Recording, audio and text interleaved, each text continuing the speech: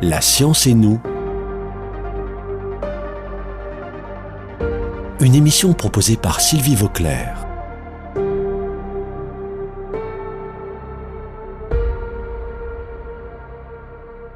Bonjour, je suis à nouveau avec Mélanie Vauclair, qui est professeure de psychologie interculturelle à l'Institut universitaire de Lisbonne. On a déjà été avec elle pendant 2 semaines. Elle nous a d'abord parlé de son expérience au sujet des Allemands expatriés au Brésil. Et ensuite, elle nous a parlé la semaine dernière de sa thèse. Qu'est-ce qui est juste, qu'est-ce qui est faux? L'étude comparée des valeurs morales dans des cultures différentes. On a vu que c'est assez complexe, que c'est un sujet très scientifique parce qu'il s'agit de mettre en forme d'une manière synthétique avec des enquêtes et des analyses et des statistiques, les réponses de gens à des questionnaires et d'en déduire des informations sur les cultures différentes. Cette semaine, elle va nous parler plus précisément d'un master européen qu'elle a créé elle-même avec d'autres personnes de pays différents, il y a déjà 6 ans, qui rassemble des étudiants de nombreux pays pour travailler sur ce sujet de psychologie interculturelle. Donc elle va nous en parler en détail. Mélanie, tu peux nous dire en quoi consiste ce master européen? Quels sont les pays impliqués? Quels sont les étudiants? Et ce que font les étudiants? Quels sujets ils étudient avant d'avoir leur diplôme de master? Oui, bonjour Sylvie. Alors il s'agit du master Erasmus Mundus, c'est le cadre européen avec un financement qu'on a reçu en 2016 pour mettre en place le master et aussi pour donner des bourses aux étudiants. Et alors ce master, il a l'objectif de passer la connaissance de psychologie sociale et culturelle aux étudiants avec la perspective des problèmes actuels dans les sociétés et comment on peut utiliser les théories, l'évidence empirique qu'on a dans notre discipline pour résoudre les problèmes actuels. Ça peut être par exemple le populisme, ça peut être la question de fake news, de conspiration, la discrimination dans la société, tout ce qui fait que on a des problèmes au niveau social. Et alors le but final, c'est vraiment améliorer les choses pour les gens, pour tout le monde, pour arriver à avoir des sociétés plus justes pour tous. Et comme ça aussi améliorer le bien-être de tout le monde. Et alors, les thèmes principaux sont la diversité, l'inclusion et la mobilité, parce qu'on peut voir encore une fois maintenant qu'il y a beaucoup de migrants en Europe et ailleurs. Et une question principale, c'est comment on peut les intégrer de la meilleure façon et aussi augmenter l'acceptation de pays qui les reçoivent.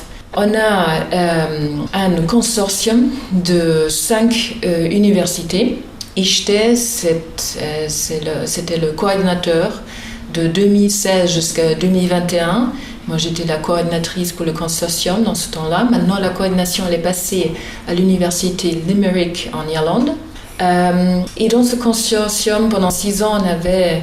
alors nous à Lisbonne, notre université, après l'université en Irlande de Limerick, une université privée en Varsovie, en Pologne, université Koch en Istanbul et l'université de Oslo en Norvège.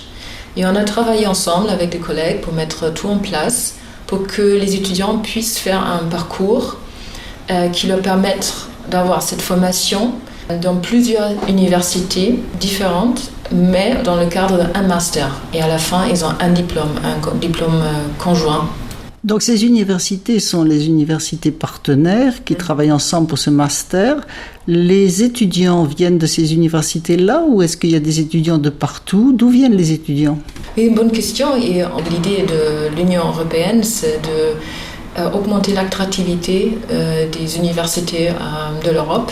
Et alors, ils veulent on fait la promotion internationalement. 75% des bourses qu'on a reçues comme financement, c'était pour les étudiants internationaux, en fait, au dehors de l'Europe. Hors l'Europe. Justement, comment ça se passe le recrutement? Les étudiants sont candidats et qui choisit? Est-ce que tous les étudiants sont acceptés ou est-ce qu'il y a un choix qui est fait? Le choix est fait par qui? par vous, par l'Europe, par qui? Oui, alors c'est nous qui faisons la sélection, c'est le consortium. On a tout très bien détaillé, toutes ces procédures dans un document. Il faut être bien organisé avec ça parce qu'après aussi l'Union européenne veut voir qu'on a suivi une procédure juste et il vérifie ça. On a publié l'ouverture de programme, on a toujours publié ça le plus internationalement possible. Après, on a reçu beaucoup de candidatures, plus que 300. Et alors là, on n'a pas la place pour tout le monde, bien sûr. On n'a que 30 places, par exemple. Il faut faire une sélection. Alors c'est compétitif et encore plus compétitif pour ceux qui veulent avoir une bourse. Alors on a une procédure d'évaluer leur CV dans la première étape. Et dans une deuxième étape, on a fait aussi des entretiens pour voir qu'est-ce que c'est le niveau d'anglais, qu'est-ce que c'est la motivation. Parce que tous les cours se font en anglais? C'est tout complètement en anglais, oui. Ah. Et du coup, alors il y a un certain niveau anglais qui est très très important, sinon ils ne peuvent pas suivre. Et pourtant, l'Angleterre ne fait pas partie des pays concernés. C'est simplement que l'anglais est vraiment devenu une langue internationale. C'est absolument ça. C'est dans la science, c'est la langue qu'on utilise. Et alors tous les articles que les étudiants doivent lire, c'est en anglais. On a Irlande, une université irlandaise aussi, le consortium. Mais c'est vrai que les autres pays, après, ils ont leur propre langue aussi. Et alors ces étudiants, donc, qui viennent d'un peu partout, finalement, ils vont un semestre dans une université, ensuite dans un autre pays. Et ça doit être difficile pour l'infrastructure, il faut leur trouver un endroit où loger, il faut leur trouver... c'est compliqué. Tout à fait, et c'est ça qui nous a causé un peu mal à la tête des fois, mais on a essayé de contrôler ça le plus possible, c'est-à-dire que la mobilité est obligatoire une fois. Ça veut dire que les étudiants ils doivent changer entre le premier et le deuxième semestre, et après ils peuvent rester à l'université du deuxième semestre ou revenir où ils ont commencé à faire les études. Et on avait des étudiants qui ont même fait des stages après, hors de l'Europe, au Japon par exemple. Et alors les enseignements, est-ce que c'est les mêmes enseignements qui sont faits à la fois dans toutes les universités ou bien est-ce que c'est un enseignement différent? On va dans une autre université pour suivre une autre partie de l'enseignement? Comment ça se passe?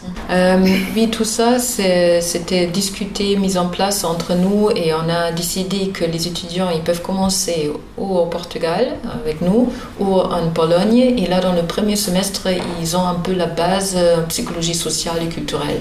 Et après, ils changent. Et là, c'est un peu différent. Par exemple, aux questions de diversité et inclusion, dépendant du partenaire.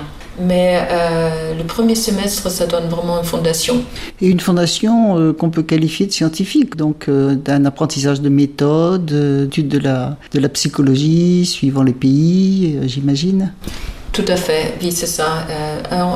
C'est-à-dire la méthodologie, c'est important dans chaque semestre. C'est quelque chose qui suit vraiment dans tout le programme. Et les étudiants, ils ont des cours de statistiques et méthodologie dans le premier, dans le deuxième semestre. On a aussi une école d'été où ils ont une semaine de méthode. Et après, ils font une thèse où ils vont à des séminaires, mais toujours avec une perspective de comment on peut faire la recherche de manière le plus sensible culturellement. C'est-à-dire, peut-être il faut ajuster les méthodes.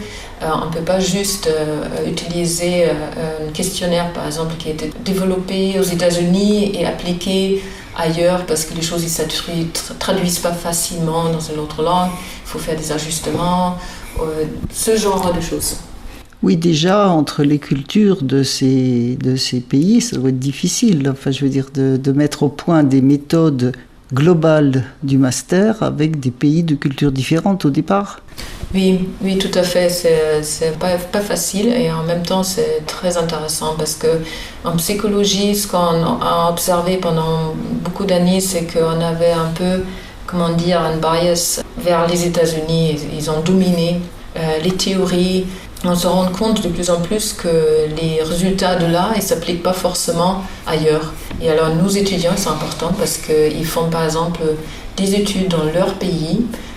Ça peut être l'Éthiopie, ça peut être Ghana, ça peut être en Indonésie, des endroits qui se jouent, je dirais, malheureusement moins un rôle important dans la littérature, mais ils font leurs études là et on gagne, je crois, beaucoup de connaissances sur une psychologie après véritablement, pas universelle, mais inclusive, plus inclusive.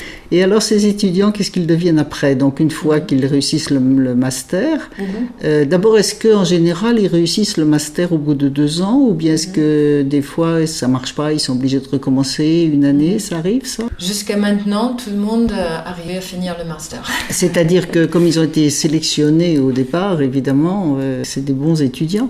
Et alors qu'est-ce qu'ils deviennent après? Donc quel genre de travail, de débouchés, qu'est-ce qu'ils deviennent après ces étudiants? Alors le premier groupe d'étudiants on avait en 2017 qui ont fini alors les études en 2019, ça fait pas tellement longtemps et le dernier ils viennent de finir, mais on a une petite idée déjà. Il y en a pas mal qui font après un doctorat dans la recherche un peu partout au monde entier. On a aussi ceux qui veulent travailler de manière plus appliquée avec des ONG. Par exemple, pour intégrer les migrants, il y a des projets où ils participent et utilisent leurs connaissances de master. On a aussi ceux qui après travaillent dans une grande organisation intergouvernementale comme ONU pour contribuer à des rapports sur des sujets qui ont à voir avec notre master aussi, d'une manière inclusive et avec une sensibilité pour des cultures différentes. Eh bien Mélanie, moi je peux dire que ça me rend optimiste de savoir qu'il existe des formations de ce style avec l'idée de rendre un monde plus juste en donnant un enseignement à des étudiants pour leur permettre d'avoir du recul par rapport à leur propre culture, de comprendre les autres et d'agir pour ça. Je trouve ça absolument super. Donc je te remercie beaucoup pour ces 3 émissions et bonne continuation avec ce master qui, je crois, vient d'être renouvelé, réhabilité, je ne sais pas comment on dit, pour 6 nouvelles années, c'est ça? Refinancé. Refinancé. Merci beaucoup Mélanie, au revoir et bonne continuation.